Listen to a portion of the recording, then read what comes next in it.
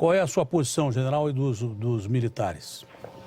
Olha, o que o presidente falou é lógico que é o pensamento dele, então eu sigo o pensamento dele e nesse aspecto nós temos identidade total de perspectivas. O Brasil não está pretendendo, nunca pretendeu ter nenhuma ação agressiva contra a Venezuela, né? Nós temos a responsabilidade de manter a nossa soberania, nós não pretendemos fazer nenhuma ação de contra-ataque, de qualquer coisa dentro da Venezuela, porque nós temos limitações legais, constitucionais, de não intervir em países amigos nos seus assuntos internos. Isso, para acontecer, teria que ter uma série de providências, inclusive a convocação do Conselho de Defesa, e não é o caso. Nós vamos aguardar que essa situação tenha um desfecho favorável à nossa torcida, que é que o Maduro deixe o poder e a Venezuela retome o seu caminho de país com liberdade, com democracia. É um país rico, país amigo do Brasil. Nós temos relações muito próximas com a Venezuela. Tivemos essas relações durante muito tempo, agora houve o afastamento natural por questões ideológicas, mas nós pretendemos que a Venezuela volte ao seu caminho que ela tinha antes traçado, que era bem mais sadio do que isso que eles têm feito hoje. General, pelo seu bom senso e pela sua experiência militar, pelo seu respeito nos meios militares, né? Qual atitude deve ser tomada em relação, por exemplo, às fronteiras do Brasil com a Venezuela? A nossa fronteira com a Venezuela é uma fronteira relativamente extensa, mas uma boa parte é uma fronteira passiva, né? Que é uma área de selva. A parte que é mais vulnerável é aquela parte onde tem Pacaraima, onde tem o posto ali de passagem, né?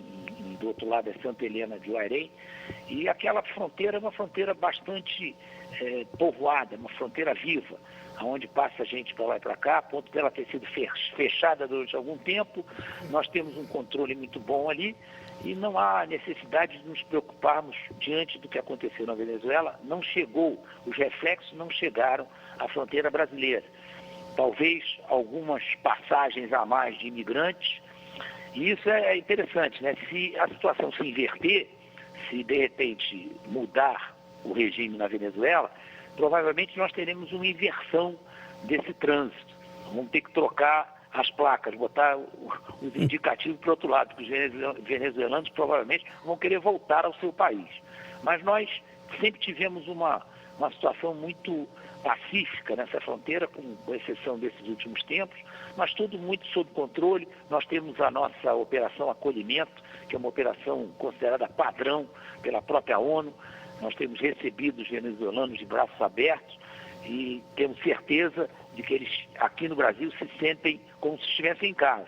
Mas é óbvio que Roraima não tem possibilidade de receber uma quantidade enorme de venezuelanos. Tem sido providenciado, inclusive, a evacuação desses venezuelanos para outros estados brasileiros, para Manaus, para São Paulo, porque é um público bastante numeroso e que acaba extrapolando as condições de habitabilidade da cidade de Boa Vista, que não é uma megalópole, é uma cidade pequena.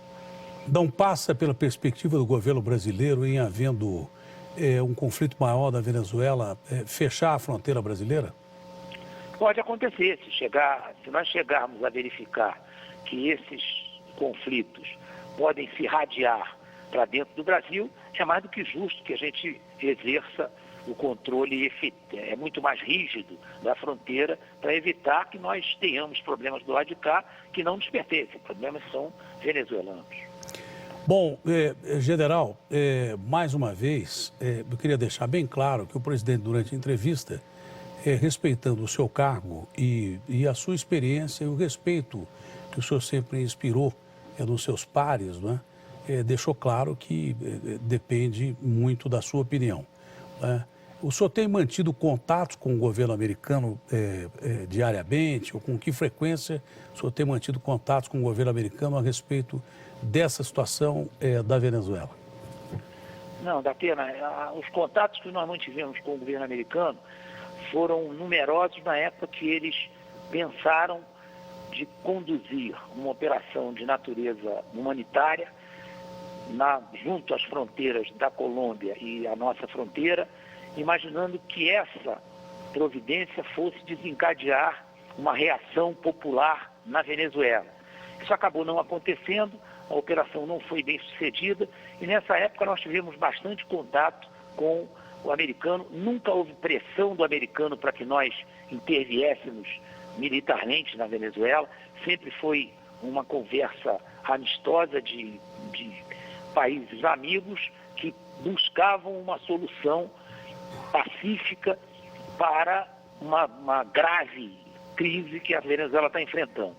De lá para cá, não houve mais conversas sobre a situação interna da Venezuela. Lógico que a ABIN segue mantendo esses contatos, mas nada que tivesse um reflexo imediato para o Brasil. Eu ouvi o comentário que o presidente fez em relação a...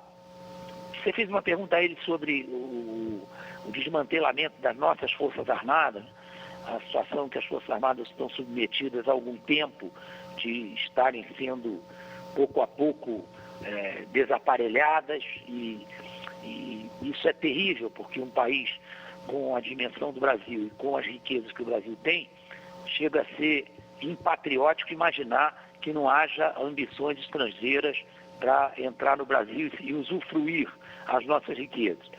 Mas o presidente fez questão de ressaltar que isso aí, a tendência é que a gente recupere esse poderio militar. No caso específico aí da Venezuela, o que a gente tem que considerar, isso às vezes fica fora da visão do civil, porque é lógico que ele não é especialista em estratégia militar.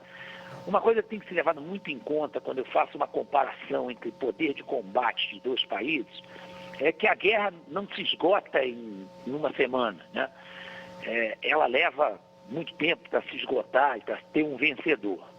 E um dos fatores que mais influi na guerra é a capacidade de mobilização.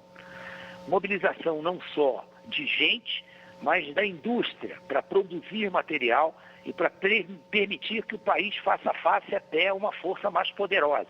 Foi isso que aconteceu na Segunda Guerra Mundial, que a partir da entrada dos Estados Unidos na guerra, e os Estados Unidos na época tinham sabidamente um exército que podíamos classificar quase não tinha, né? no sentido da palavra medíocre, no momento que ele decidiu entrar na guerra e mobilizou todo o seu parque industrial, ele inverteu a guerra, né?